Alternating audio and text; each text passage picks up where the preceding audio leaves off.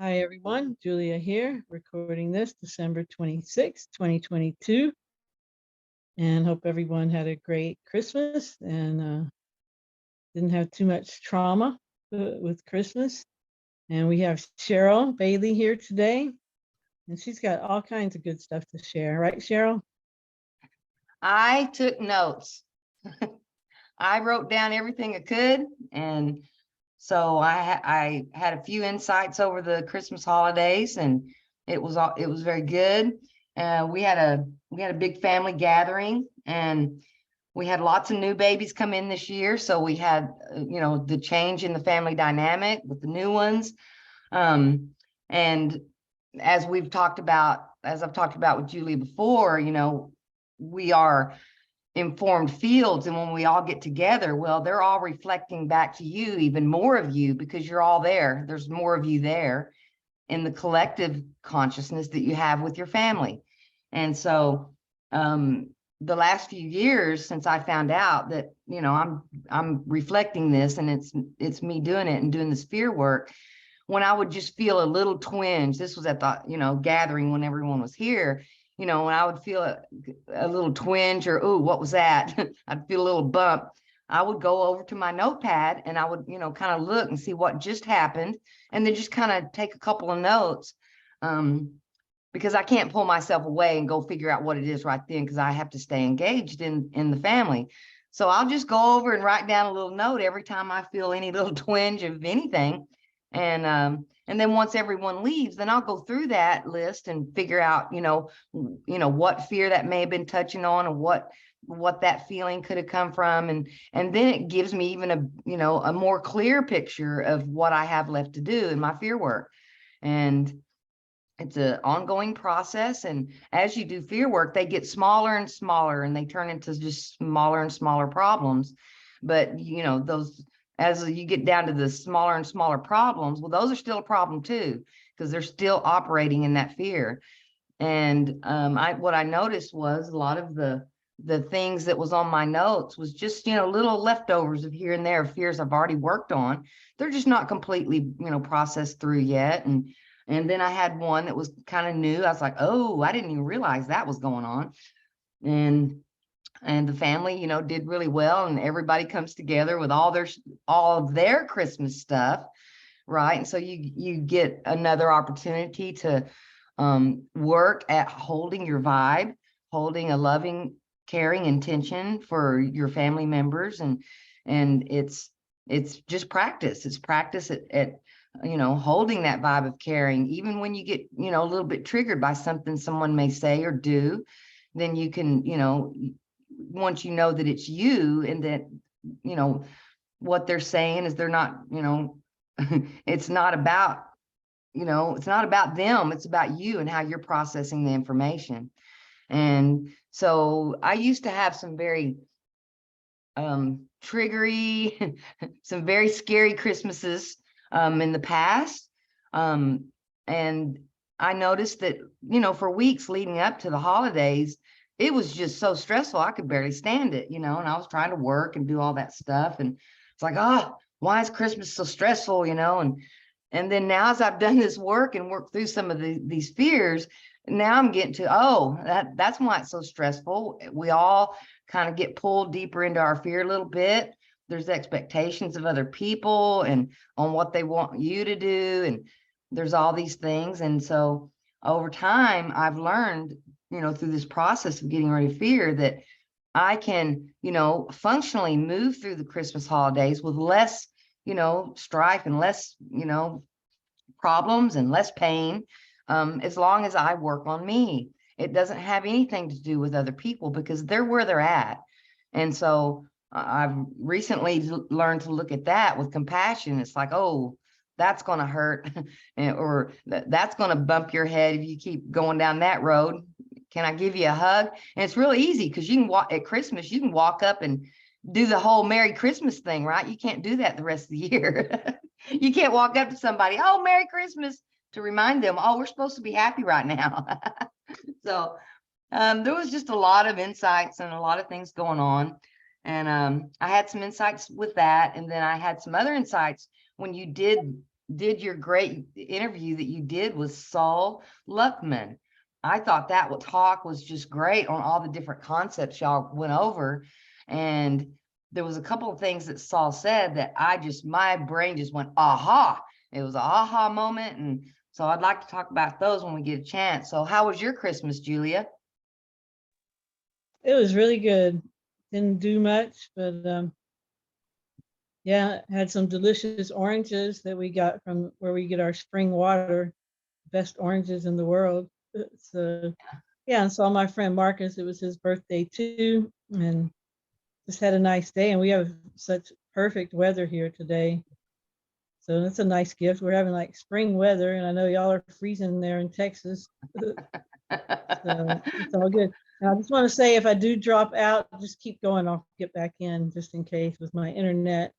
And yeah, but I remember when I was married and all my parents were still alive and all that, and my ex and I, we would have to go do both families every Christmas. It was such a stress from Thanksgiving till New Year's, total stress, total stress, and didn't handle it well at all back then. And now I don't have to do any of that, but a lot of people are still dealing with that. And there's a fine line too, where it is you projecting, and then sometimes there are just people out there that are difficult, and you're just seeing it, and it's really not you. So I'm sure most of the time it probably is us, but there are sometimes that it is the other person. Do you think that's true? Oh, well, yes, there we are all in all different stages of our growth. So we've got people all the way at one end that are in complete fear. And those people are going to look like, it's not about anybody around them except for them. The ones we've talked about that have this, deep fear that they can't bring themselves out of. And so they don't feel good.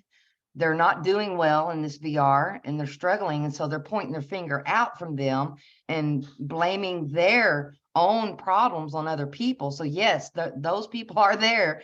And at Christmas time, when the family comes together, then we're going to have a few of those characters in our midst. And that was one of the things that, I had to do is hold my vibration, even though those people are there. And, I was talking about this before of, those people are there and how to deal with those people and compassion and caring instead of, getting caught up into their vibe and going where they're at. When we talked about that, it's just a, a matter of keeping your vibration and holding that tone of caring about other. But see, they're in a vibration of fear, and so they can't care about you and they can't love you back. And so that's just where it gets really tough, at Christmas time, when then, all the families that have little children, they're going through all this huge struggle trying to get everything ready for their children for Christmas and dealing with, their families. And so it almost becomes this collective, oh no, oh no. And it can, de-evolve into, a little bit of chaos. It always reminds me of that movie, I don't know the name of the movie, but it was about the little boy and everything was just going wrong. And all he wanted was this BB gun and he finally got it. And then the mom got scared and don't shoot your eye out. Well, and he ended up doing exactly that. And he shoots his eye out. It was just, one thing after another, because all of these vibrations, when everybody starts going into this chaos, well, then stuff starts happening out of that. And to point back at how all of that manifests in our reality, my nephew had brought a gift that he accidentally had left in his car. And it was a snow globe. So, as I don't know if people know, but here in Texas, we had a very, very strong cold snap over the last few days. So anything that was in your car and it had water, well, it was going to expand and turn into ice. And so they were thinking that it might be broken, but they didn't know. And they're dealing with, getting 3 kids ready for Christmas and all the in-laws and parents, and they were just in the chaos. So we do this thing called White Elephant where we pass the gifts around. So we're passing these gifts around. And then one of my nieces, older niece, she kind of dropped the box a little bit, not hard, but, and then she picked, and as it goes around, when they handed it to her, water was coming out of both sides of the package. And she goes, oh my God, I broke the gift. And then Carly looks at me and she goes, oh no, it must have frozen, broke in the car. So see, Trinity already felt bad that she thought she broke the snow globe, but she didn't even break it. It was already broke before it got to her. So see how we can take on other people's stuff and make it our own? It had nothing to do with her. It was because it was out in the cold ice thing. But what was funny, when we opened this thing and we all looked in the box, there it was. It was a busted snow globe and it had a ball of ice in it. And then my nephew looks up at me and said, look, the snow globe turned into an actual snow globe. It was so funny. And then Wes looked at me and he said, you know what, Aunt Cheryl, that was my gift. It was a gift from the year before to one of the sisters that has not been being very nice lately. And so just the whole thing of, those negative vibes got in that snow globe and it concentrated there and it busted and the water's going everywhere around the white elephant group.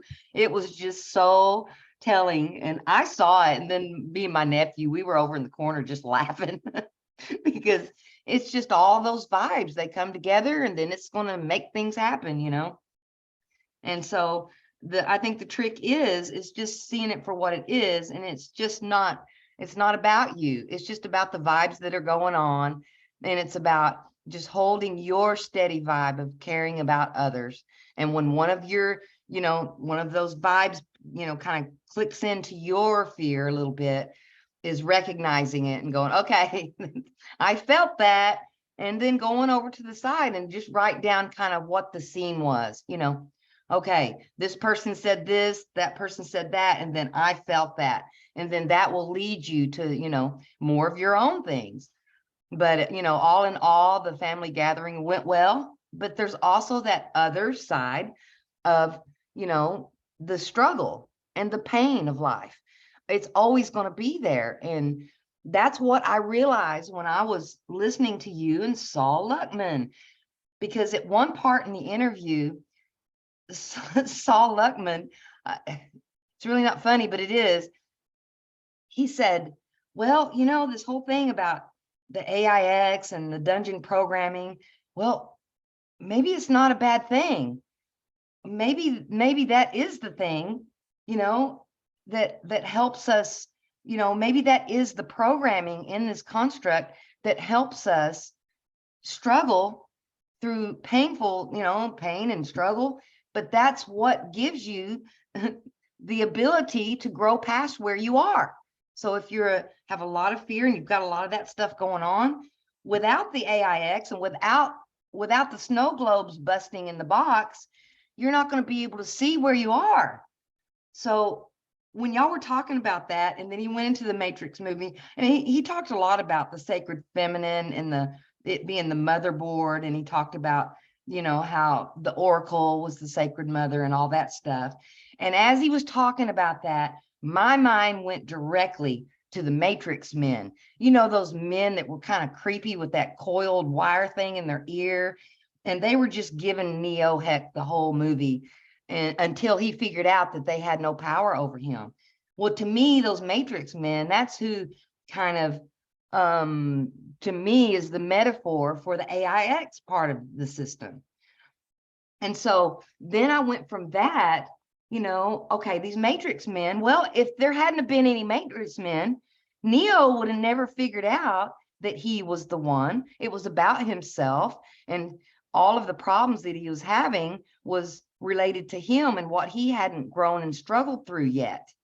And then once he grew and he came to realize just who he was and what he was, then the Matrix men, they couldn't do anything to him. And that's when the whole scene around Neo turned into the ones and zeros, flowing down the walls. He had become the one. He had incorporated and he had struggled through the pain, and he had grown his consciousness to a place where the Matrix men don't matter anymore. And so as I was thinking about that further, it's like, wait a minute, if we live in a culture where happiness and pleasure is the goal, well, what we're going to get is we're going to get chaos, because from happiness and pleasures is the goal. That's going to create some consumerism. It's going to create some greed, because you have to have a lot of accoutrements for the pleasure. Then it brings in the vices, then that brings in substances, and it just brings in chaos is what you're going to get. And that paradigm of, it's even isn't it even in our Declaration of Independence, and the pursuit of happiness as the goal? Is it, Julia? Right. Yeah. And I think the Matrix men are called the Agent Smiths, right? And Yes. They basically represent adversity, right? Right. And without adversity, we don't have much growth. You see Right. people who grow up spoiled rotten, right? Where their parents just give them everything, and then they become adults, their parents still take care of them, and then they become older adults and they can't even function, because they haven't had any challenges. So Right. yeah, that's where we get it all. Right. And so if we've got at the basic root of our culture a wrong premise that we are here to pursue happiness and pleasure, well, that's when you get, well, Christmas is about, buying the children as many toys as you can stuff under the tree and giving, this is what it's about, your pleasure. Are you happy now? Okay, you're happy. We're all, well, that's going to run cross current, because the way I see this VR, the way I see the simulations, that the AIX and all of that is the programming here that helps us evolve. So now if we switch that premise that happiness and pleasure is the goal, and then switch it back to what it really is, and we have a culture where virtues and our inner character building is the goal, well, what's going to come out of that? You're going to have order, because that's going to make better human beings, because each human being that makes up the whole, and then that whole will create a better world for everyone. Because when you've got, what's ironic is that the latter ultimately will bring you true happiness, where the pursuit of happiness never brings it to you, because you're always pursuing it. So you're resonating, you're vibrating at a frequency of lack, so you'll never acquire it. To where if you seek to have these virtues and growth, then you're going to be content. right, it's just that one slip up. And I think it's at the very beginning of the whole document of what our society is built on, which is the happiness pleasure principle. And if you go back in time, you can see that how the books were written, they were all revolving around love and caring and humility and integrity, taking responsibility for your complete self, your health, your well-being, and the well-being of others around you. It was about developing courage and, respect for self and others, discernment and wisdom, temperance, which is where you get patience. So, if all of these virtues were the goal instead of happiness, you're right, it would switch it right back. And then you would end up, happiness and pleasure is, it's like it's the effect, not the cause. So it's kind of backwards there. And so, I kept going back to this AIX programming because of the talk we had about the soul trap, right? And so I thought about the whole thing about, okay, you've got loosh, you've got, oh, we've got something here that's feeding on our emotion and our energy. And, I was like, wait a minute, well, it's not feeding on the negative emotion energy. The system is just, or governments or whoever, is, whatever the system is doing that, is creating fear. So it can be the AIX that we used to grow up, if they put pleasure and happiness at the beginning, so the pursuit is going to be money, right? Because you've got to have money to pursue pleasure and happiness. And so if that system is after money and that's the end goal, not, virtues and our character, well, then they are going to use fear, because fear is the handle on our backs that controls behavior. So it's going to use fear against you to get you to do what it wants you to do, which is make them money, right? So then I went on to the next thing. It's like, okay, we've got the soul trap. And to me, I kind of categorize things into, either new age paradigm or into, culture of virtue and character, or the culture of happiness and pleasure. So if the new age is the, you've got the new age on one side. And so I had 3 categories. You've got the soul trap. Then that means that you're the ultimate victim here, and you really don't have any power to, for anything, because you're just in this thing that's just trying to beat you up and trying to get your loosh, or, whatever that is. And then on the next thing, you've got the Galactic Federation. And then that also takes the power away from you too, in that, well, just hang on a minute. There's someone out there and they're coming here to help you. They're on their way. See, the help is always on the way. It never seems to show up though, and from my perspective. So you've got the soul trap, then you've got the Galactic Federation, then you've got the twin flame, and all 3 of those I felt were part of the new age. And I think all of them were part of the new age psyop, which again would be the AIX, because anything in new age is just another distraction. You have to struggle past to evolve your consciousness. You have to evolve past this thing that this new age is tapping into.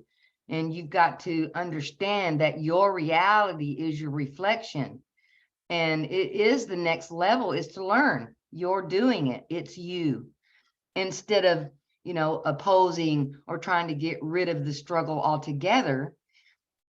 If you, look at it like, we're here to expand and evolve through, learning virtue and building character within ourselves, then you would see that the best thing to do would be facing the struggle and working with it, because that is what leads to the happiness and beauty of spirit and soul as character and integrity. And I think that even the new age psyop is also part of the AIX, because it's really almost, to me, it kind of feels like the next step. The very next step is when you get to you're doing it. And this is a reflection of you and what you're doing here. And once you get to there, you're no longer, just always seeking, happiness and pleasure, because now you really know, and it's integrated in you, that you are here to evolve your soul. You are here to build the character of your soul, and get all of these, respect, love, courage, patience, humility, and that's one of the things, if we have no humility and we just think we're great and we're awesome, well, you're really functioning out of the ego. And the ego is really just awareness in the service of fear. Your ego, it was there to kind of help you get through some rough patches when you were a kid, but that ego will destroy you as an adult, because it will keep you from doing the work that you need to do, because you've got this ego sitting over there going, oh, you're okay. No, that wasn't your fault. That was their fault over there. And you can kind of blame them for it and just be, remove all responsibility of any of it. So you can just go on, know that that person is just bad and you're still great. Right, Julia? Absolutely. And I'm witnessing that right now in my household. So, yeah, people are just oblivious. They don't have that self-awareness. And that is, once you gain that self-awareness and you genuinely want to, seek the virtues and grow and develop and, ultimately become love, and you put that intention out there, there's no stopping you. The magic starts and it keeps going. but you have to put the work in too. And there's a lot of people sitting on the fence when it comes to doing this fear work and the emotional healing work that I talk about, language lessons of the heart. And a Yes. lot of people like to make New Year's resolutions. So maybe this can be the one time you actually do it, because you put that off and it makes it more difficult. And then you'll wait till you're in your 50s or 60s or 70s, and then you'll finally be sick and tired of being sick and tired, and you'll do the work. But if you're Right. younger and you do it now, you'll have such more pleasure in life. You'll just have just a wonderful life. And then you'll come, if you do come back, and you will somewhere, you'll come back at that resonance, and you can be like Tom Campbell, where you just have a perfect upbringing and a perfect life, no trauma, because you came in with such a great resonance. And I really think that's the case with Eugene, who's here. He's 22, he's here with the intentional community. And he's like that. He didn't, he doesn't need emotional healing, because he didn't get brought up with any trauma, and he's just a real authentic, pure, gentle soul, and he Hmm. probably did his work in his last lifetime. So now he gets to come in this lifetime, and he's just manifesting the life he wants, and he's got it. He's got it figured out, and he's just, enjoying the magic. Right.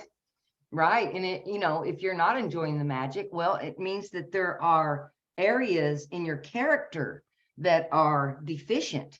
It's not it's not that just happiness and pleasure is missing.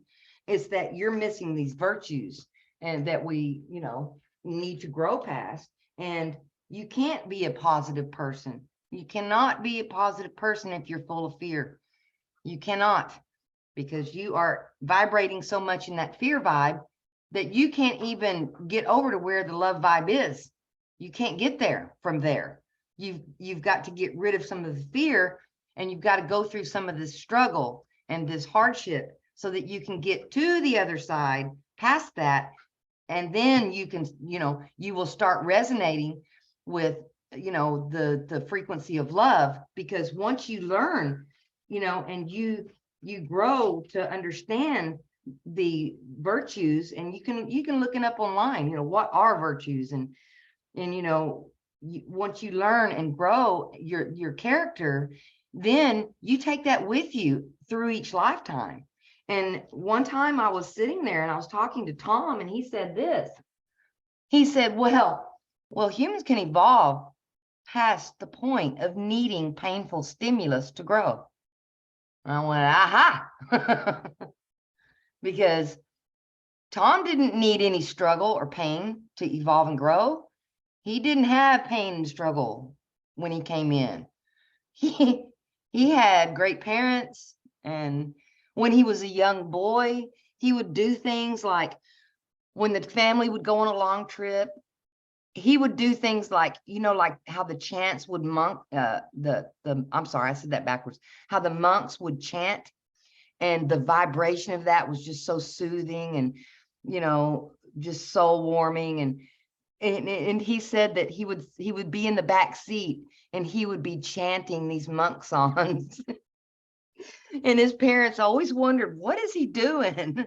And that is how he would still his mind, because for little children who are sitting in a car with nothing to do, well, he knew exactly what he needed to do. He didn't have to scream or cry or get upset. He already knew. He knew about meditation. And then he was, he was putting himself into a meditative, peaceful state, even when he was a child. So he came in as a very advanced. He's already learned all these lessons. He didn't need any pain. He didn't need to struggle. And, many people have asked him, so, well, didn't you have to learn something, coming in? And then he said this, and I kind of felt like, oh, I don't know about all that. He said, well, maybe a little bit on my ego. I don't think he ever had an ego. I think he was just saying that to make us feel better. Because, when you're past all this, you have compassion when you're watching other people struggle through it, and he doesn't want to sit there and go, nope, you're just struggling because of where you are. I don't do that anymore. Well, he doesn't want to say that, so, because he's still so good, and he always thinks about others, and and how what he says is going to affect them. And I think that's another reason why he doesn't go into things that can, cause a little bit of fearfulness. I'm not saying, what Archaics is doing is wrong. I think that what Jason is doing is great. And I think that, the 138-year cycle, it's always been here and we go through it. But I also think that we're consciousness. And when the cycle, when it resets itself, that it just pulls the consciousness out of the avatars. They go, they get recycled back, and then they come back in after the resets happened. I don't think that it's some big horrible thing we go through where we watch everything fall down and watching tsunamis come towards us. And we're all, I don't think that it works that way. I think that it's the same thing. It's like, man, did you remember what happened? No, I don't remember. I know something happened, but I don't know what it was. So I don't think that the reset cycles is a scary thing. There are some people that are going to, view it that way. But as they continue to listen to Jason, he's going to continue to tell them that you've got to deal with these fears and get rid of them. And when he gets a question about, the Phoenix cycle, and then he sees that that person is in fear, he'll look right up into the screen and look right into their soul and soothe them by saying, you're vibrating with a fear vibration here. You need to understand that, everything's okay. We're in a simulation, and you're going to be okay. Even with the reset system, you just deal with whatever happens, and it's going to be okay, because you're an immortal. You're not the physical being that's going to, be in this whole thing, and you're going to just be traumatized by it, because this system, it wants to grow, character in you here. It doesn't want to damage your consciousness, and it doesn't want to damage anybody's consciousness, because that's its whole focus, is on consciousness. But it could give a rip about what any of the things they're doing in a simulation, because it sees them as ones and zeros. It's not real. Our avatars are not real to it. So why would it care about it? It would be like, caring about something that's not real. Oh, I'm going to really care about this character I had in a dream.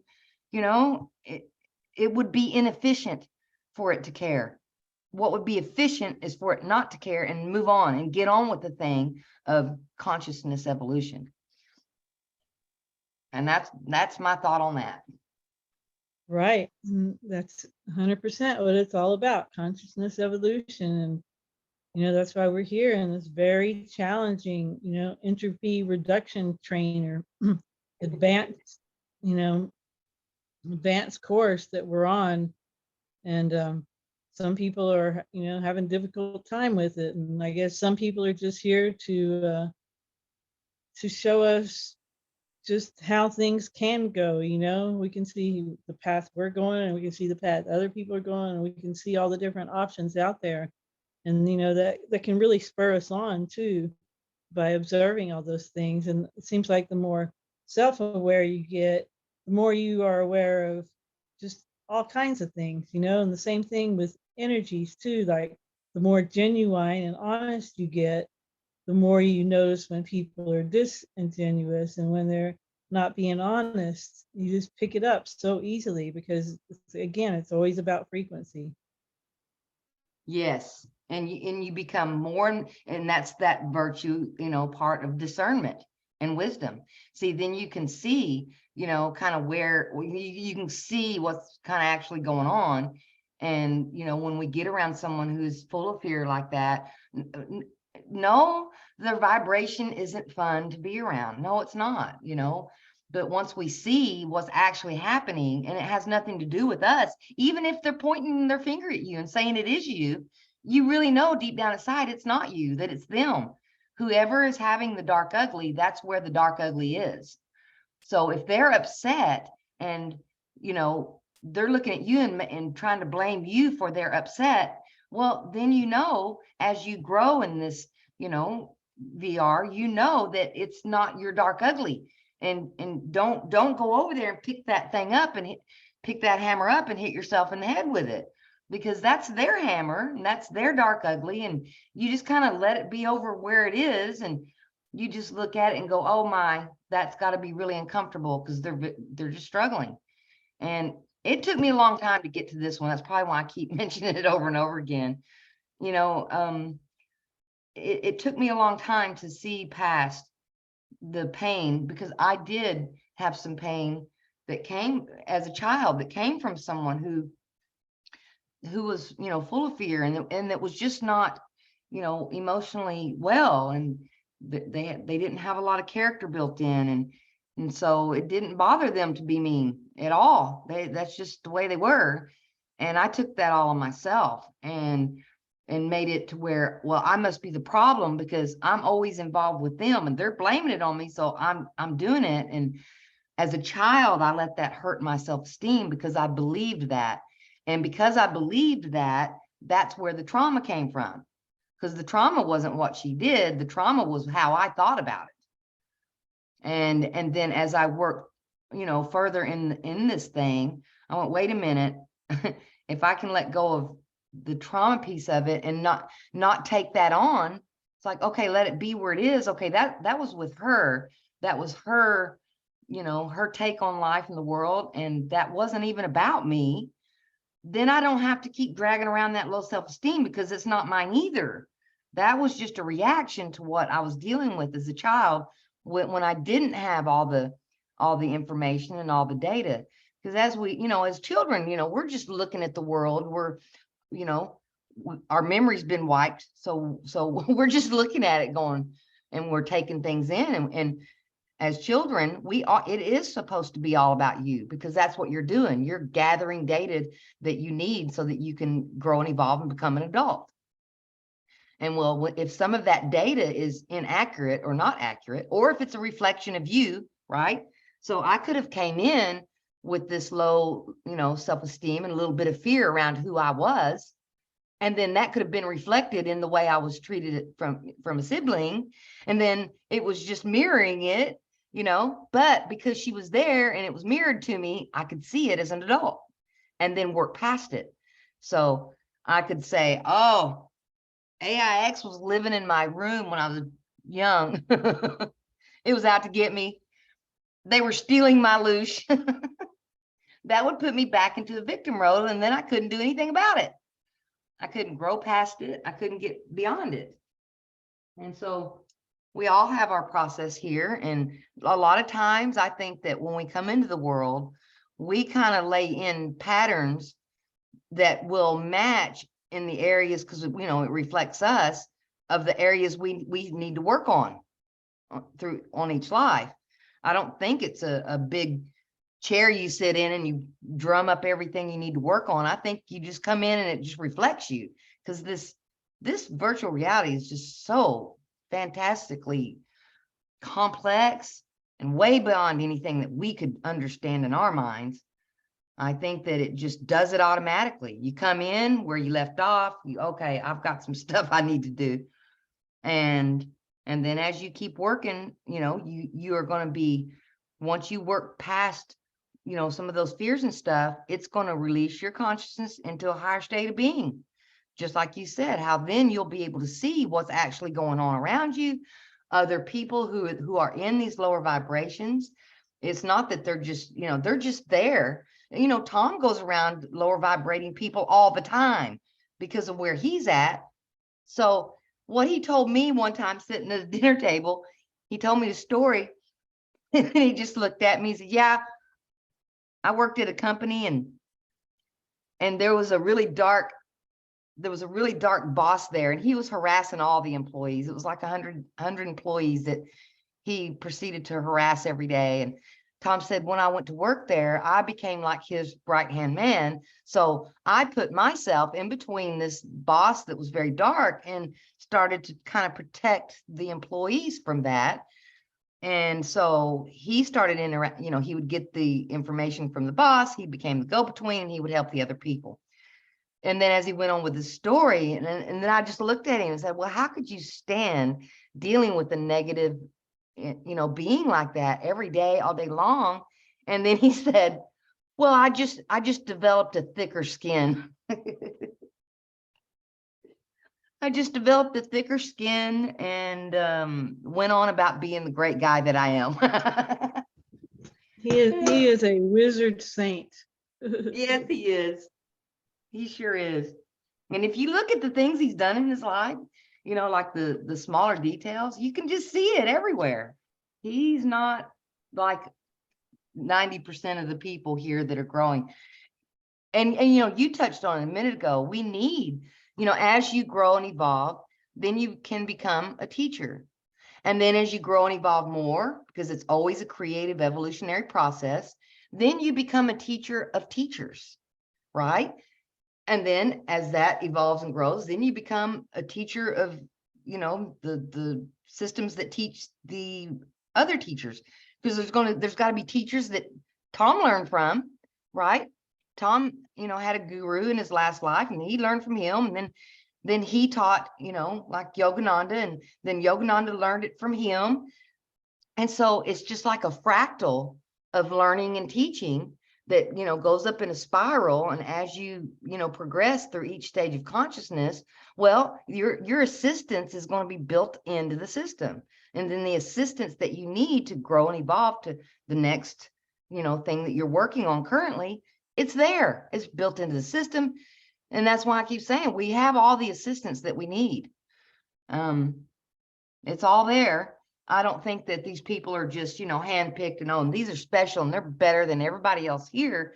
It's that they have been on the path of growth for such a long time. Tom did say that the age of some of the beings here are different. We're not all at the same level. We didn't all come in at the same time. So if you think about it, well, the earliest beings that came in, well, they're going to be the farthest along. It doesn't make them better than us. It just made their beginning sooner than ours, right? And so now they have all the data that they can, turn back on itself and teach the new ones coming up. And, thinking of teaching the new ones coming up, you'll see that there will be other people around you that are just a little bit behind where you've grown to. And they're there so they can watch you, so they can learn and grow. And, it's that thing, that little brother, you bother me, kid, go away. Well, they're there for a reason because they're learning from you. And then you're learning from someone above you and so on and so on. And, it's almost a perfect system for this. It absolutely works in what it's designed to do. And I know I would much rather grow and evolve than stay stagnant, in a fear-based paradigm that is misery. I would much rather have the matrix men coming at me, because once you recognize what they are and they show up, it's like, oh, it's just you. You don't really have any power over me. You're just here to bring me data. You're just here to bring me information that I can use, and I'm going to have a tough skin towards you. I'm not going to let you seep into my being. I'm just going to take the information you bring to me and use it and grow from it, But it is very, very uncomfortable when we are struggling to grow. I like to look at it like, think about this. You've got a woman, right? She gets pregnant, right? So through all those 9 months, she has a little discomfort here and there, but it's nothing compared to what's going to happen when the baby's born. So she kind of grows along a little bit. The baby's growing, it gets bigger and bigger. And then it's time for the evolution. Well, the evolution is one person becoming two. And then the baby is born. And then after that real hard struggle to get the baby here and all that, bam, you've got a new being. You've got a new state of consciousness too. To me, it's almost like a metaphor for the spiritual growth that we do here. And so, if the woman was like, oh no, I don't want to have any struggle here, there wouldn't be any babies coming in. But because of that struggle comes this new life. And when they first come in, they're just, everybody loves babies. They're just the cutest, and you look at them and they laugh at you, They have most of them have a cadence about them because they're not really working on their they stuff yet. communicate telepathically, totally, don't you think? Oh, they totally do. They totally communicate telepathically. We had put, one of the babies is 7 months old, and I was I was interacting with his mother, and he was just so tired. He had been held and played with, the whole Christmas day or Christmas Eve day at our family gathering. He was just so tired. He was rubbing his eyes, but he hardly ever cries. He has a great temperament. And so we just tried to put him, quiet, and we laid him down. He was laying there. He closed his eyes. So me and my mom snuck out of the room to give him so he could sleep. And then the mom, she's like, well, we just went around the outside of the house and started looking in the window. And we're looking on him and watching him and seeing if he's okay. And then all of a sudden, he bops his head up, and his head looked like a little radar beam. Boop, boop, boop. And he turns toward the window and catches. He didn't know his mother was in the window. He couldn't have seen her. But he knew exactly where there was a shade, and we were peeking in, around the crack of the window. And as soon as he felt her vibration, he just broke out into the biggest smile. And I looked at her, I said, woo, he knows your vibe anywhere, doesn't he? So yeah, there was telepathy right there. He knew exactly where his mother was. Oh yeah. And this little baby, I think that his temperament, and how we all come in at different places, and how there's some babies that they're just uncomfortable. They don't like it. They don't want to be a baby. They're hard to comfort. They don't laugh and play as much as some of the other ones, and then there's these other ones that come in who are just happy to be here. They're smiling at everybody. They love life, and you just get this vibe that all is well in the universe.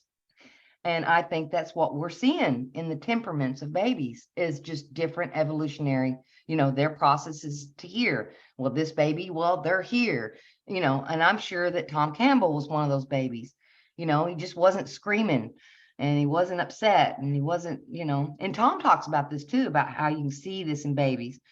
And this new one that came in, his name is Jonah, and he just has that temperament. Nothing wrecks him, and he doesn't cry when he, how most babies, they get wet, or they just start crying, like, this doesn't feel good. All he does is he kind of wrinkles his forehead, and he just kind of looks at you like, oh, but he doesn't cry. He's never just gotten into that deep screamy thing where their face turns red. And one day my mom was holding him, and she looks over at me and she goes, does this baby ever cry? And I looked back at her, I said, no. And my mom, she couldn't figure out what was going on.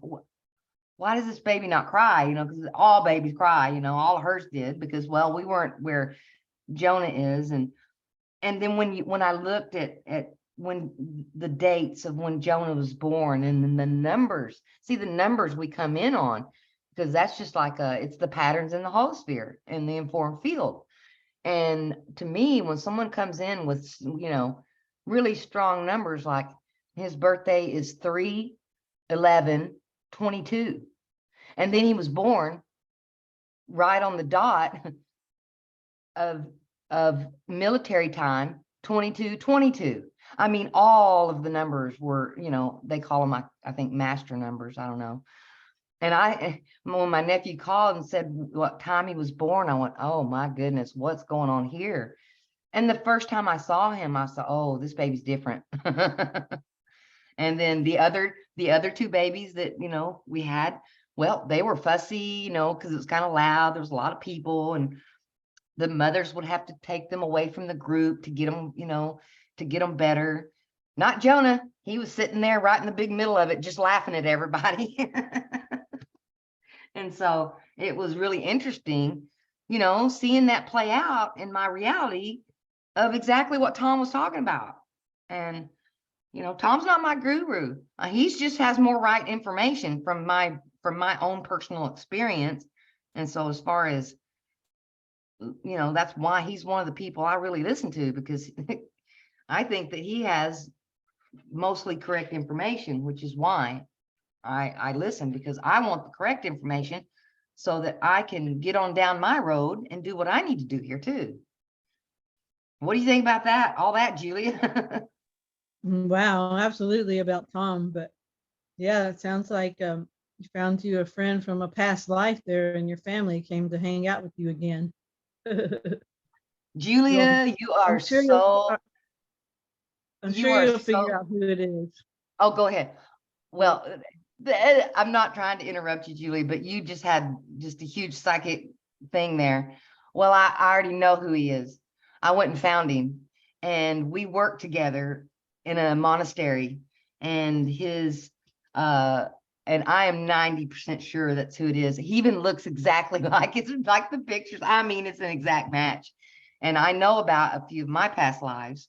So I was looking at my past lives to see if I could find him anywhere, and I found him, and his name was what was his name? I think John of the Cross.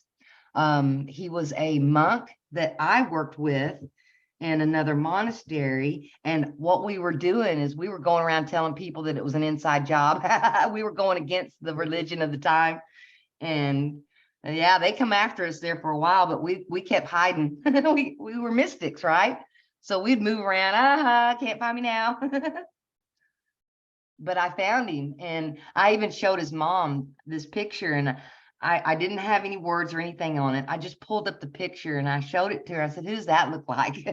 She said, "Oh my gosh, that looks like Jonah." I said, "I know, isn't that interesting?" I didn't tell her all of it. I just showed her the picture.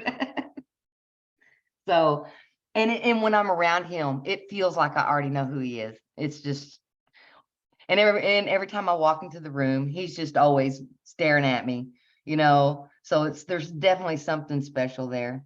And I love the other new babies too, but this one here, he's just someone I've known in my past.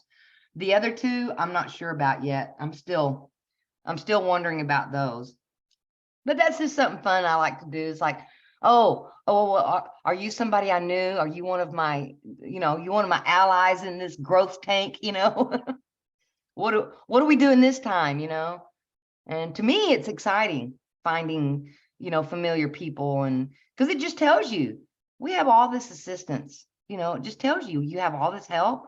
And I was part of a couple of soul groups, and that was, trying to do things and help people, and getting past, the fear, and understanding that this place is reflective of you. Because when you know what's going on, you can really get in there and evolve yourself. You can really get somewhere.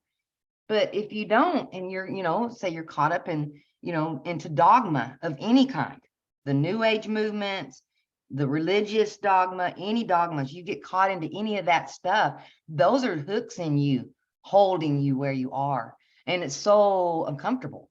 And if you look, people become kind of nasty who are in those dogmas, because it's uncomfortable not moving and not evolving and not progressing. It's uncomfortable. And so that's where some of that's coming, because we are built for struggle. If you think about it, these avatars are just built for struggle. Look at all the things we can go through and we can still survive it, We are built for struggle. We can handle it. We're not these just marshmallow, oh, be so gentle, we might break. That's not what these avatars are like. These avatars are very sturdy, and they can do everything we need them to do.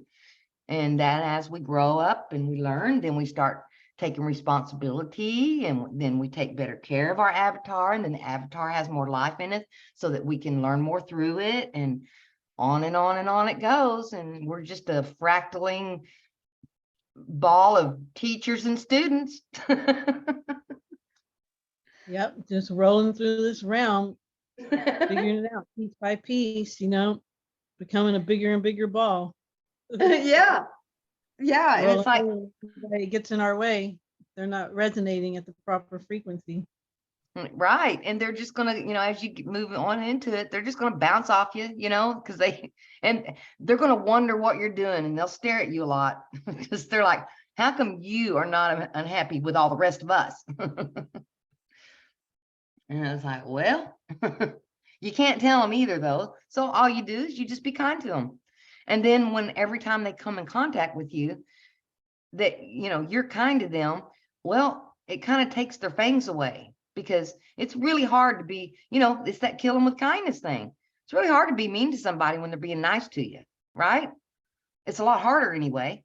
But if you come back at them, well, you did this, well, whew, that gives them every reason to come at you, and they will. But if you're kind every time, it makes it a lot harder to come at you that way. And, in this realm, we are not meant to, fix it. We are not meant to, change it. We're not meant to change the world. We are here to move through it and learn through it. And, just like every moment we're in is just slipping away. You can't hang on to any moments. It's always passing. And so even the way the time and space works, you can't even hang on to that either. You have to let that go and let things evolve forward, because you're going whether you want to or not. Time is marching on and it's going no matter what you want of it. And that's just another metaphor that you're not here to change it. You're here to move through it. And how we change it is not by having the thoughts, I'm going to go out into this world, I'm going to be mean to a bunch of people who I don't think is doing it right, and then that will change the world. I'm going to change the world being mean to people. But you can, when you go and you look at it through self-evolution and being the change that you want to see in the world, that's how you change the world right there. It's not by opposing it, opposing the world and then going after it. You can't change anything there, because you're just bringing in more negativity, and then you are becoming part of the problem and adding to that vibration of chaos.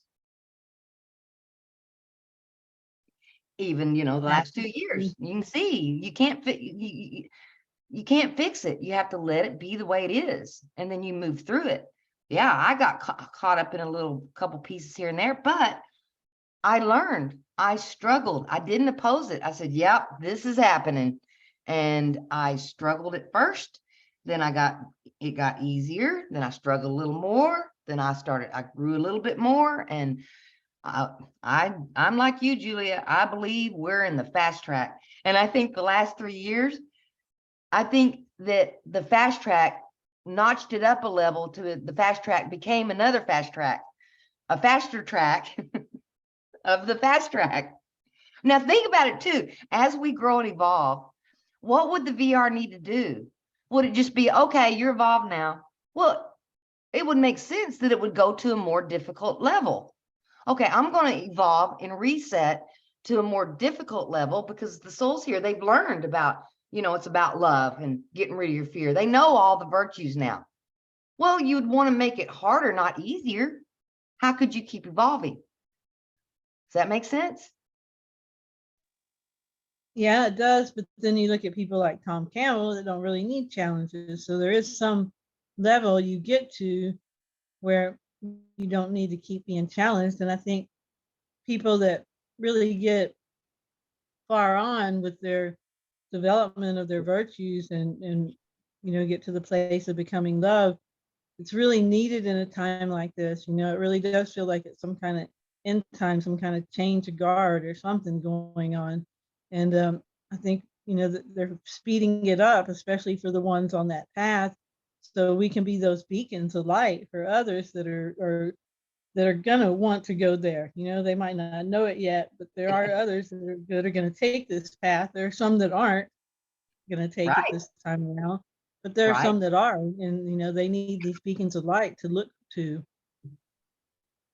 And what I see is the ones that are refusing the calling to evolve and change yourself. The ones that are just digging in, no, I'm right, and this is all wrong. And the ones that are digging in, well, they're the ones that are really struggling right now. They're really having a hard time because they're not learning from it. They're still trying to control it, and I'm going to oppose it because I think it's wrong here, here, and here, and here. And if everybody would just do this the way I need you to do it, then it would get better. They're just in denial of that, because they don't have any responsibility that they're doing it and they're part of it, But then there's these other ones who already had a lot of struggle before, the whole thing hit. In 2020, they had already, you know, been involved in quite a bit of struggle, that when 2020 hit, it just knocked them over the edge like a billiard ball. It was like, okay, I can't handle any more of this. So what can I do to, you know, and then they realize, oh, it's me. You know, I think even Taylor Swift figured out it was her. She even wrote a song called Anti-Hero. And in that song, it goes, oh, it's me. Hi, I'm the problem. It's me. You know, where it's that thing. Oh, I did that. Okay. Now, let me look at this from another perspective. So, you know, it's helping those people that were just right on the edge of getting it. It's helping them to shift over so that they can get a new perspective, you know, and out of that new perspective, well, you're going to have all this growth, because it really is just a shift in your perspective. Right. And it is all about perspective. Yeah. Because if you see this world as a Perspective place and go yeah, ahead. perspective and vibration, basically those two things. And you get those sorted and you're off. You're out of there. You know, the shift in the perspective, and, you know, once you can see that this is not, you know, you're not in a soul trap, you're not, the Galactic Federation's not coming. You are not half a person looking for your other part to be whole. You are whole in itself. You know, once you get past all of that stuff, then you can really get to the business of, you know, moving on past where you were, so that you don't have to be, your being can change because you can get that new perspective, you know, and you're not looking at this place as something horrible to be avoided anymore. You wake up every day and you think, you know, I'm really getting somewhere, because there's people in my life now that really love me. I can feel it now because I am vibrating love, and it's coming back to me, and I can see that. And then you wake up in the morning and you wonder what good things are going to come to you that day. You know, wonder what's nice going to happen today that's going to, you know, fill me with happiness, you know, because once you get through some of those character lessons, that's when the happiness and the good stuff start coming in. You know, when I was sitting there and that whole family, you know, in the cult of personality everywhere, it was almost like, it felt like a hurricane that was rolling around me.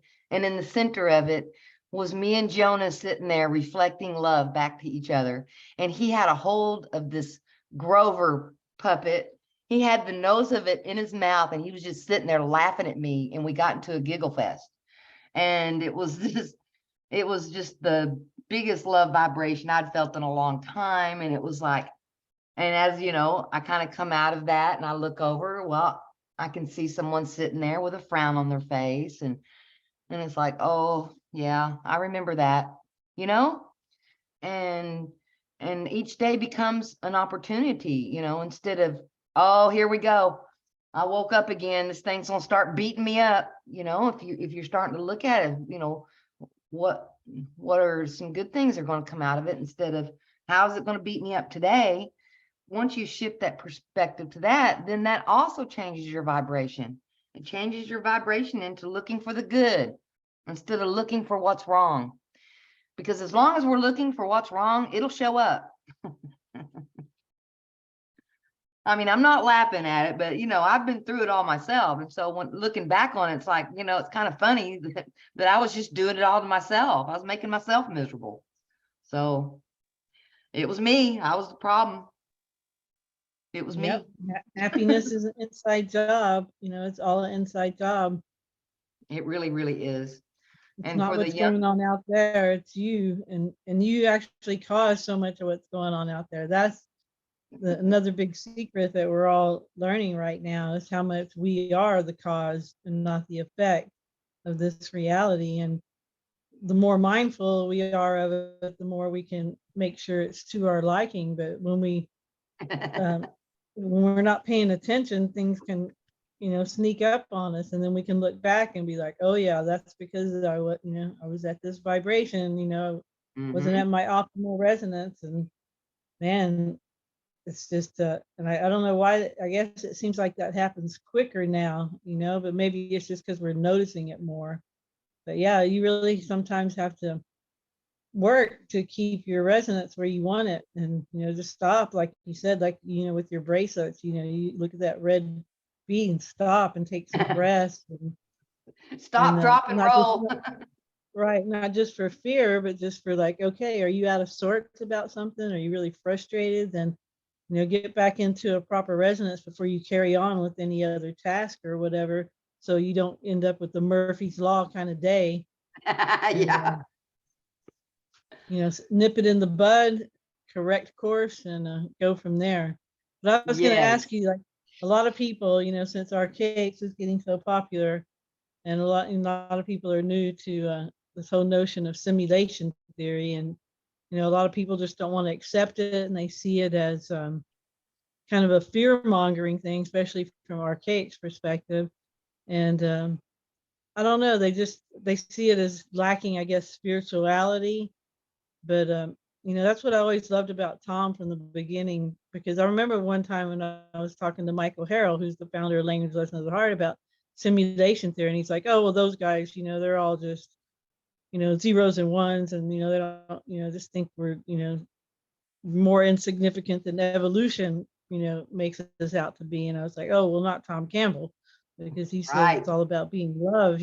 So I like it that he comes from that science perspective and still has the bottom line is you're here to grow and to become love ultimately. So Yes. yeah, what's your take on all that?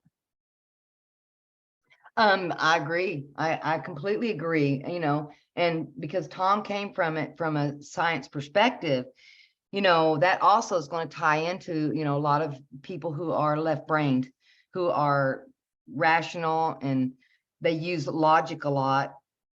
Tom says they're not really logical.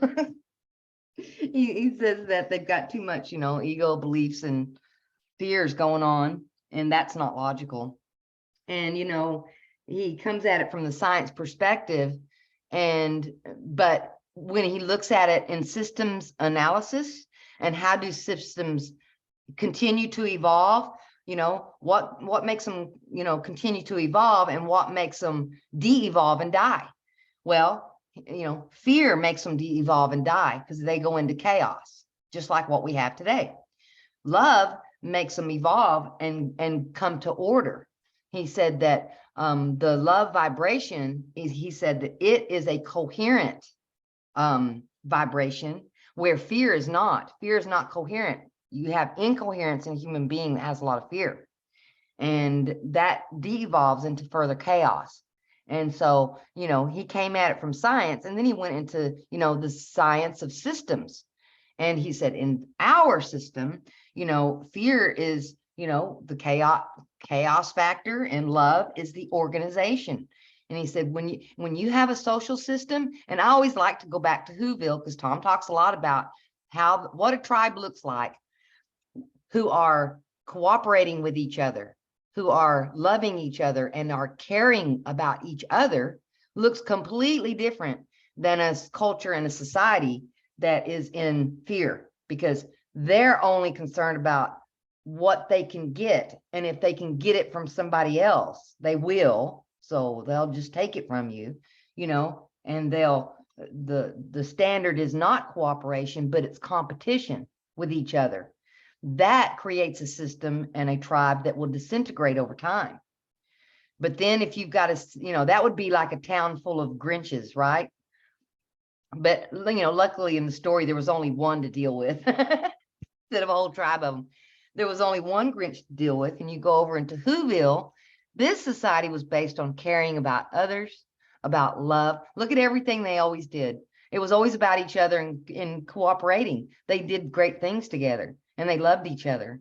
And when they woke up Christmas morning, and the one that was in fear, that had the dark uglies, had come in and stole everything they had, what did they do? Did they get pitchforks and start running after him and going to burn him at the stake? You stole all our presents, you're bad.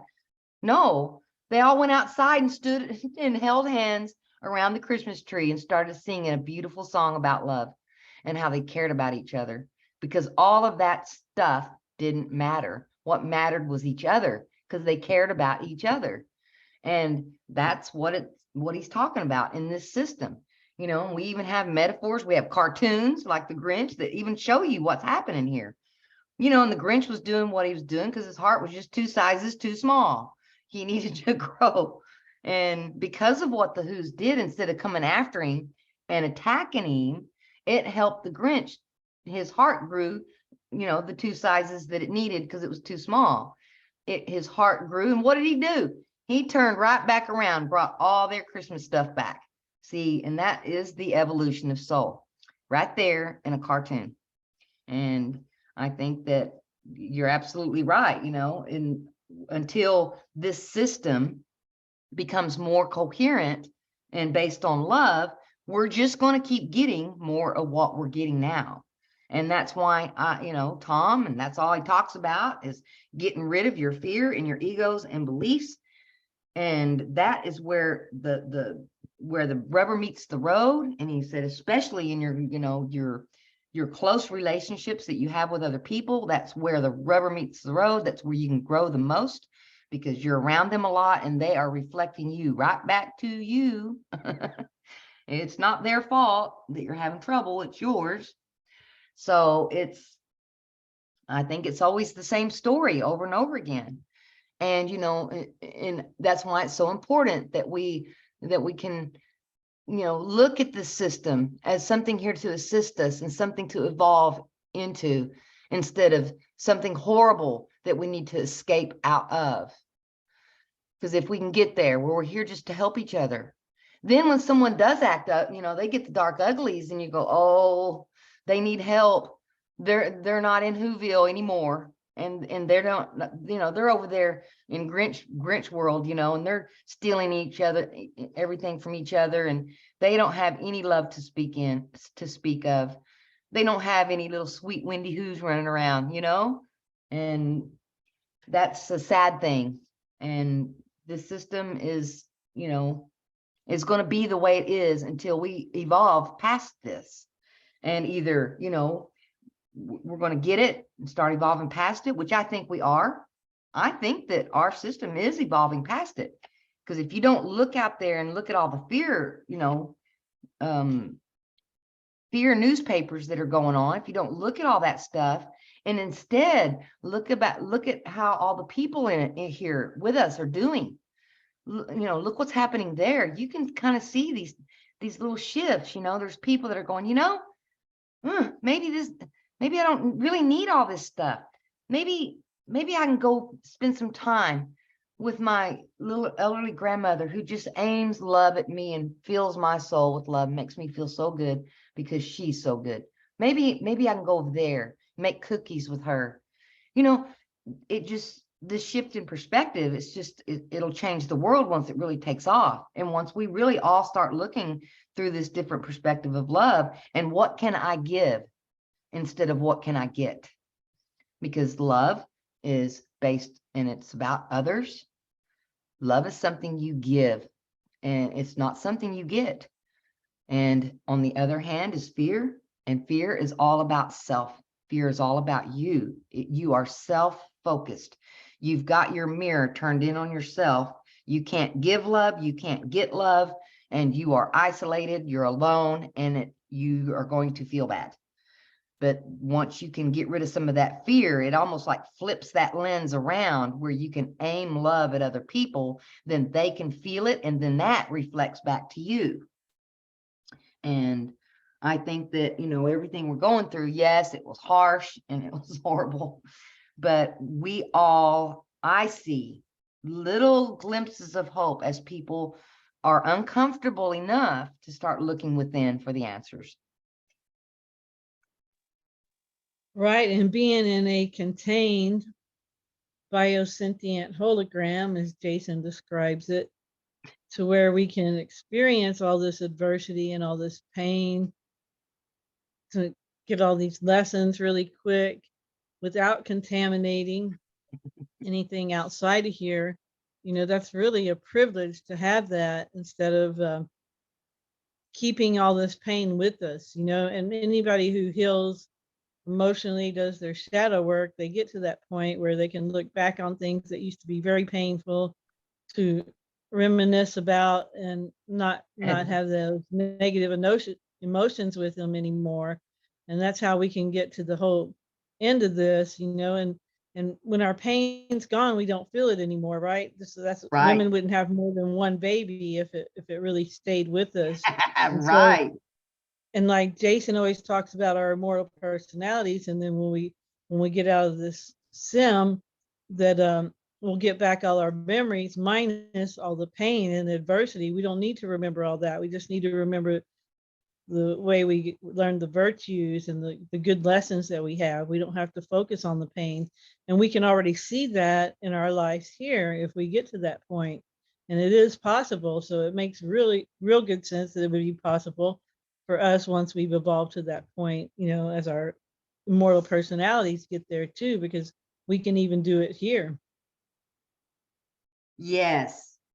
That is a great point about, how the point that you said about, a woman wouldn't have another baby, if that was, going on.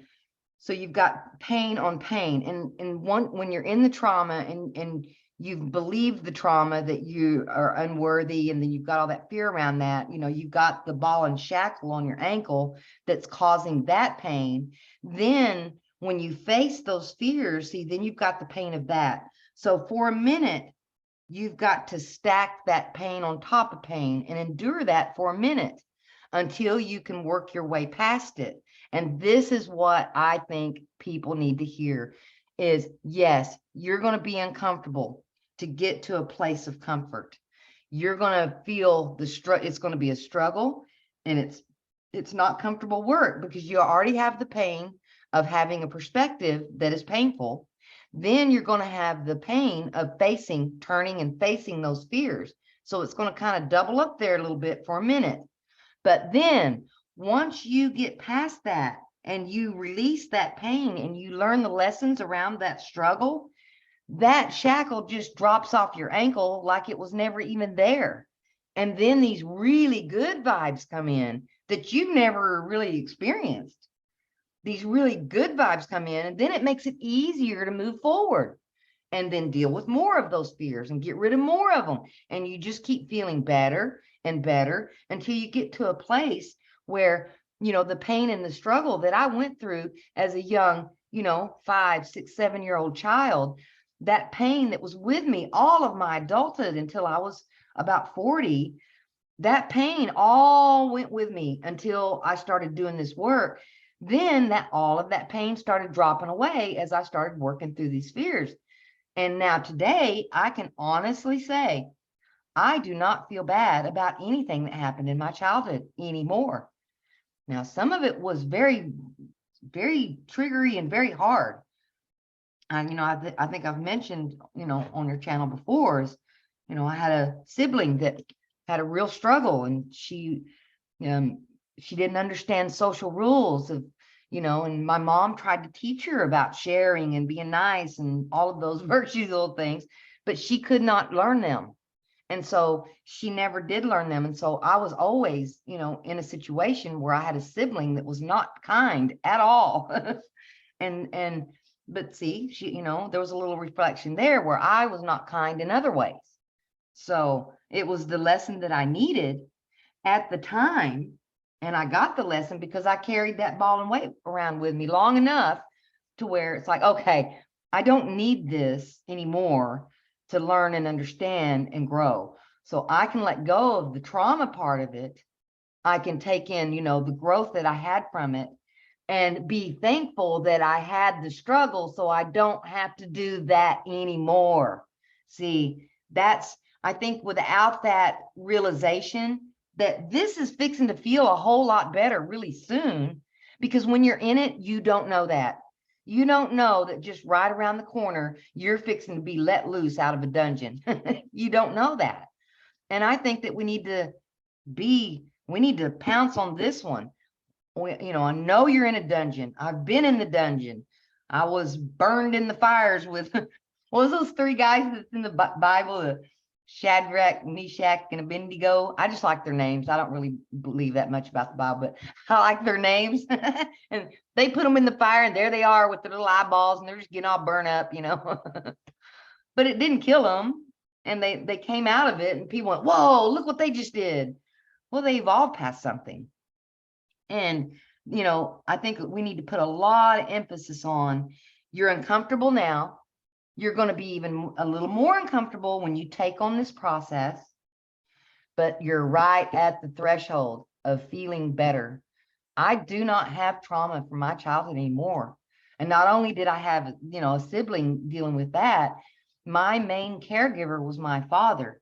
And I was very close to my father. And I've mentioned this before too. Well, he got sick when I was 7, and he didn't get a little bit sick. He got a whole lot sick, and he needed, treatment from the medical system. Well, then that whole thing scared me to death. I was not doing well. I was really struggling. I couldn't see my father. He was in the hospital. They finally had to take me to go see him because they couldn't get me to eat. I was in failure to thrive because my caregiver, my support system, my mom was busy with all the other kids. So dad just became my support system. He was my cheerleader. Go, go, go, baby Cheryl, you can do it. And so finally they took me to the hospital to see him. And my goodness, it scared the life out of me. He didn't look good because of all the treatment that he needed. And so all the pain of that, I carried all that through my lifetime of losing my caregiver, and just the grief around all of that as a little girl, seeing things like that. It was so scary, into the mind of a child. But because of that, and because of my dad, he taught me a lot of lessons, and he helped me in so many ways. I was going to be a criminal. I was. My dad, because I was clever. I was just clever, and I was curious on top of that. And, I was like, well, why do we have to do that, Dad? And we can just do this over here, and we can just go ahead and just take what you need. Don't worry about all the other stuff, and we can just get on down the road. And my dad was like, oh, no, no, no. And he would do things, he would know what I was doing. Then he would do a setup, to where something would happen to me and I would get the lesson.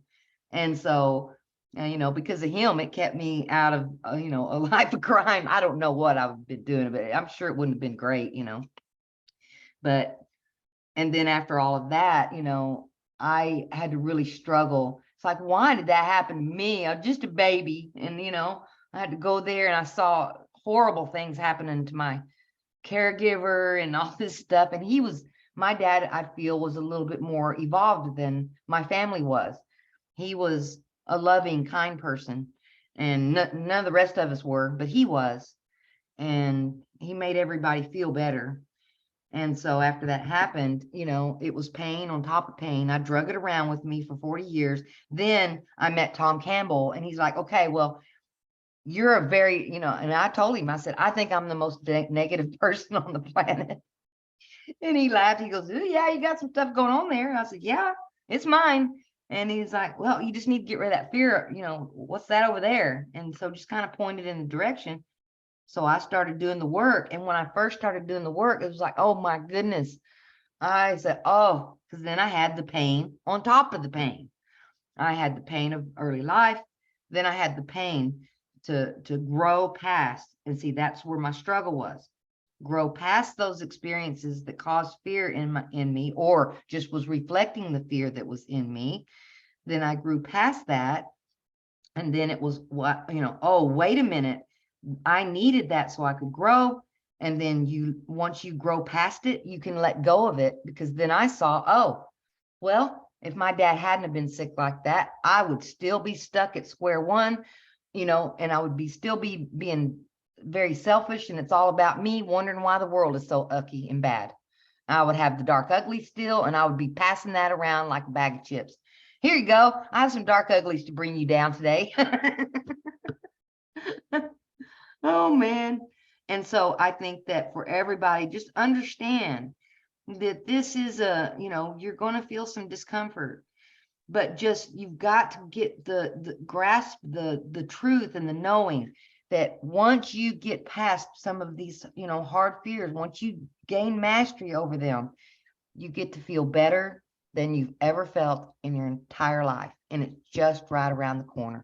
It just doesn't seem like it when you go into it, because you're going through, something called ego death when you start doing this fear work. And it's really painful, because that ego, it wants to hang on to what's known. It doesn't like the unknown.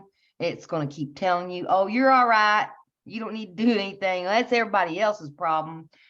Nah, the ego is not your friend at all. Actually, your ego is, one of them bad friends. It's a bad, what is it called? Bad kitty. Yeah. It's a Bad bad kitty, and it's going to keep scratching you. So you've got to set it down, but it doesn't want you to set it down. It wants to keep its power over you and keep that control.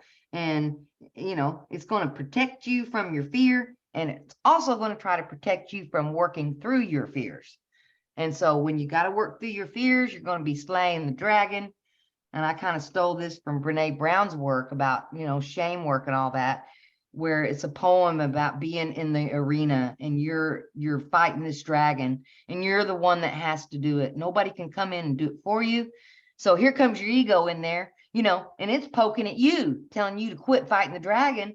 Well, you need to turn around and look at the ego and say, excuse me, ego, I'm fighting this dragon, I'm dealing with this right here, and you're making a problem, more problem. So why don't you go sit in the stands?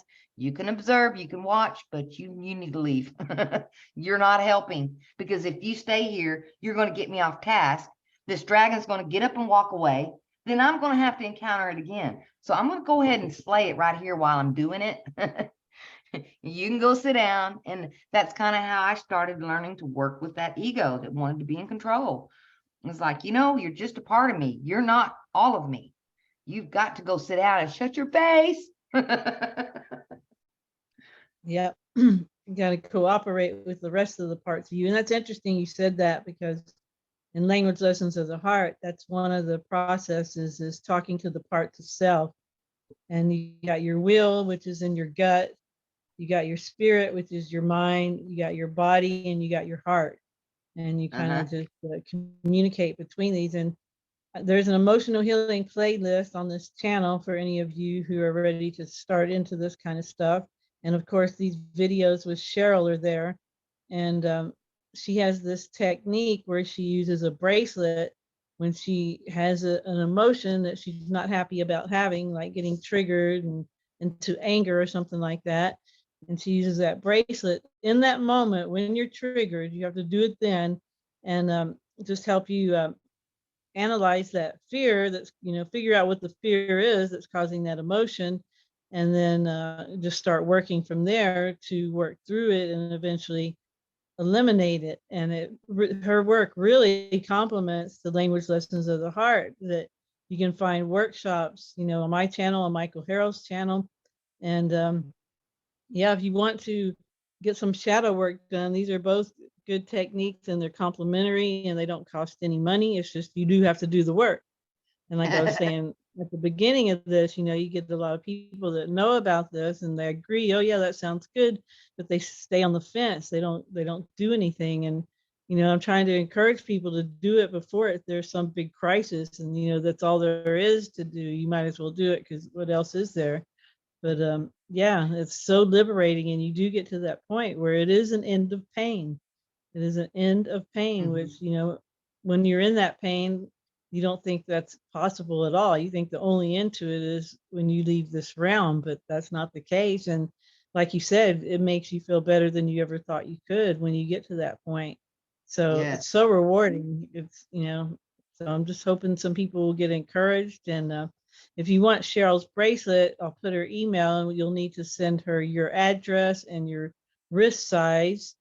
And yeah, and please subscribe to her channel. She's got some great interviews with Tom Campbell there, and she's going to be interviewing Sol Luckman on January 12th. Is that correct? That's correct. And yeah, and as y'all can tell, she's just got amazing gnosis here and amazing advice. And we're both so glad to be here, and that everybody is here with us. And we're going to premiere this later, so we'll be in the chat with everybody. And yeah, it's just such a cool thing that Cheryl and I found each other, and that we're able to do this now. And we'll probably meet in March, hopefully. And that's before you know it. Can you believe we're already to 2023 in a week? Yeah, So, yeah. Here we go, less than a week. So we're probably going to get to meet. Right. And Mhm. we're probably going to get to meet in March, and you and I think we just have such a mind meld in so many areas. We've had so many psychic paranormal, phenomena just between the two of us. And I think that's, as we evolve and change ourselves, then what happens is, people that you resonate with are going to come into your experience. And, in a way, it's almost like a homecoming. It's like, oh, there you are. I think Totally. we come in groups, once the group like makes it past something, everybody's just jumping around going, woo, we did it. And here we are. It's almost like a beautiful homecoming of, people you haven't seen in, years and years and years, because you've been here working. So then when you find each other after the work's done, for the, the biggest part, it's just a beautiful homecoming, and it's a wonderful thing. And yes, the bracelets, those will help you get your ego out of the way, because that ego is going to try to distract you from this, pain that you're going to get in, because the ego does not want to sit down and shut up. And just know that it's just the ego. Yeah, and it's just pain, and pain can't kill you. It has a beginning, a middle, and end, and you can just breathe through it. The bracelet will help you. It comes with a card that tells you, it even tells you the steps. It's got 4 beads on it. You don't even have to think. Just, I call it, just work that bracelet, work that bracelet to death. And that will put that, it's almost like a piece of mindfulness that you carry around with you. Because once you're mindful of what you're doing and what you're feeling, then you've got control of guiding your evolution and getting past this pain that we're in, that we all have. And the people that have already asked for a bracelet, it is on its way. It'll be at your door any day now. So I'm sure that, because of Christmas, that, I'm sure that the system is still dealing with a lot of chaos right now from all of the gifts that got sent out at Christmas. But just letting you know, they're on their way and they'll get to you. And if anybody else, wants to take up this torch with us, you have assistance here, and Julie and I will help and assist in any way we can. And like she said, we're going to be, we'll come on and we'll be able to interact with everybody in a live chat here in a little while. And I'm looking forward to it. And I really love this, what we're doing, Julia. I think this is just going to be really helpful. And it's not that, we're trying to tell people what to do or how to be or what they should think or any of that. We are just here as, we have lived this thing and we've gone through it. We understand how painful it can be. We've been in it. We know. And we've both been, done a lot of hard work at, getting rid of this pain. So because we're starting to come to the other side of it a little bit, and, we can give that information back. It's like tossing the baton, to other people who want to take up this work, who are coming in younger than us. And because, I'm up there, I'll be 60 in June. So I've been at this, I met Tom, 6 years ago. So I've been doing fear work for 6 years straight. And the beginning of it, the first, I would say 12 months, 24 months, something like that. Yeah, I had a struggle with it because I had it and it was embedded deep, but it was mine and it was there. And my happiness and peace was on the other side of it. So that's what I found out, and that's what I worked through. And I'm very willing to help others as much as I can. I know that I couldn't have done it without all of the help from all of the others that I had show up in my world. Tom Campbell helped me. And then there was a lot of other people that also know Tom Campbell that are very old souls too. Well, they came and started helping me too. I had somebody come from out of town that didn't know me that well, showed up at my front door and ended up helping me through one of the worst fears I had over the last couple of years, and they showed up and made it funny. And all I could do was laugh at it because it was really funny. When I had that experience when I was young, I had a bit of a fear of face masks. And when that image would just hit my eyeballs, I would just panic. I couldn't hardly do it. And so he shows up at my door with this crazy mask on. It was ridiculous. And I was like, where do you even get something like that? Well, whose mind did that come out of? And from that moment on, then every time I saw a face mask, I had to start laughing at it because of that other one I saw. And then I started making funny ones that I could look at. But I had almost a phobia about it because, I had an experience, a very scary experience happen when I was 7 years old. And some people that had face masks on were trying to help me, but I thought they were trying to kill me. Well, every time I saw a face mask, like, oh, look out, they're going to try to kill you, Cheryl. That's what my brain was telling me, which was not true. They weren't trying to kill me. They were trying to help me live. And so see how that one misinterpretation of those people were trying to help me, my child mind misinterpreted it because I was in trouble and I was struggling. I misinterpreted it. They were trying to kill me. And then I carried that through my whole life until, see, it's a reflection of my fears and our fears. I walk out into the world, I've got a fear of face masks, and they're everywhere. They came right to me. See, there they are. I'm not saying. So it was you and Soul that caused the pandemic. Because he was getting the download of Callie the Destroyer all during it, and you had this phobia of face masks that you had to face. So yeah, there you go, people. Now you know who to blame. I'm sorry. Well, and what was weird is I didn't even know I had a fear of face masks, because when I worked as a nurse, I was a home health nurse. Nobody had masks there. They only had masks in the hospital, in the surgery suites when I was at work.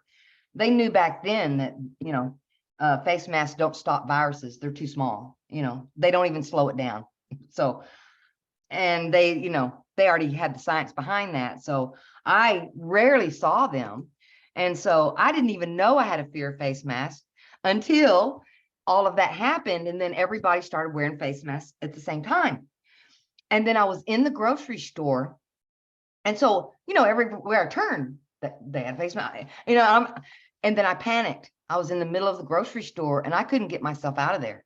I didn't even know what was happening. I didn't know what was going on. I didn't even know or remember that I had this experience. I had to go back and talk to my mother. And I said, Mom, did anything happen to me where someone wearing a face mask could have scared me? And she just got real quiet. I knew she felt bad about it, but she still talked about it. And she said, oh my goodness. She said, I know exactly where that came from. She said, you almost died and they had to save your life in the operating suite. And, you were sick in the hospital for almost 10 days, very sick after that happened. And so, yeah, you would have been in there and they would have woke you up in the middle of you choking to death. And that's the first thing you would have seen was a bunch of people with face masks on. And so I traced it back from there and went, oh, I thought they were trying to kill me. And I had to call my husband when I was at the store. I said, you've got to come get me. I have no idea. I thought I was losing touch with reality. I said, something's very wrong and I don't know what it is. So he came and picked me up. And I came home and I just kind of started meditating around a little bit. And it was so big. It was such a big fear. It was a panic. It wasn't even fear anymore. It was a panic. And then that's when my friend from out of town showed up with that crazy face mask on his face. I mean, it had zippers on it and it was, I can't even describe it. It was so ridiculous. But that was the beginning of me starting to work through that. Then by the end of it, I can look at face masks all day long now. But there for about 6 months, I had to work through that fear because they were everywhere I went. I had no choice but to work through it. But I didn't create the face mask for everybody to deal with those. I think Saul Luckman did it. Yeah, I'll have to debate that one when you talk. But that's just crazy how that came out like that it was so overwhelming for you and something just so unexpected. So I guess, once you start doing this work, you can, know that kind of thing can pop up, these old fears like that. It's just amazing how everything comes up so you can work with it and overcome it. It's so cool how that works. But Yes, I'm and a going to big go ahead part. and And go the ahead. last thing, the big part of, why my fear started manifesting really crystal clear for me is because there's that one thing that you've got to do. You've got to set your intention. You want to set your intention to work. I want to work through my fears. I want to get rid of these ball and chains. I want to get to a better feeling place. Now, when you set your intention to work through your fear, you get a lot of assistance coming in to help you. But, some of your fears are going to start coming at you in rapid fire succession. Just be ready. And then if it starts getting too much, then you just set your intention. Okay, I need to rest for a minute. No more fears for right now. Just let me rest. And then you just kind of toggle the energy, until you work your way out of them. But intention is a big part of this. And, setting your intention to get past these fears will also, speed the process along so that you're not caught up in it for 5 years, dealing with the same fear, because if you set your intention to work through your fears, then the system knows what you're trying to do and it'll reflect back to you what you need. Remember, it's just a neutral field. So then it can reflect back to you. Okay. And it'll go, okay, she's going to need this here, and this here, because I've got to make this real, make this work, because she set her intention to work through these fears. So it's all in there, and setting the intention, and hopefully that, all of this is going to help somebody be able to work through their fears and triumph. And when you do, come back to the station and come talk to me and Julie, and you can talk about, how you got through it and all that. And then that will also assist in other people. And I appreciate you all. And thank you for having me on your podcast, Julia. I am just forever thankful for all the experiences I've had that's brought me to the evolution of where I'm at now. Thank you. Right. And that's such a good point about setting your intentions. And even with language lessons of the heart, one of the processes is the empowerments. And one of the empowerments is I have a strong and loving intent to heal my will. And, that's basically saying the same thing. You want to overcome your fear. So, yeah, It's all there for everyone. And I wanted to remind that Cheryl's bracelets are free of charge. She's using her own money to send those out in the world because she's a saint like that. And so, yeah, all this information is there for you. So anyone who wants help and wants to, and if you're not having that good content life and got your informed field and your resonance where you want it, then this is the way to get it there. And, like Cheryl said, it gets darker before it gets light sometimes, but man, is it ever worth it. So thanks everybody for listening. And I hope you have a good morning, afternoon, or evening, wherever you are. And remember to always focus on what you want and help others if you can. You got any last words, Cheryl? Just know that you've got all the help that you need. You're not alone in this process. And, there's going to be help for you. And if you do take up this torch and you start doing the work, there is going to be everything you need through the process. And if it makes you cry, just let yourself cry. It is a little bit of crying. But you know what? You're going to feel so much better when you get to the other side of it. And, we're here to help that process because we all love you. Don't we, Julia? Yep. And crying is part of the language lessons of the heart, emotional release. So it's all Let good. her go. So, Just let it go. Let it go. And we'll talk to you guys next time, and have a great holiday. We're still in the season. So we'll talk to you then. Ciao, ciao.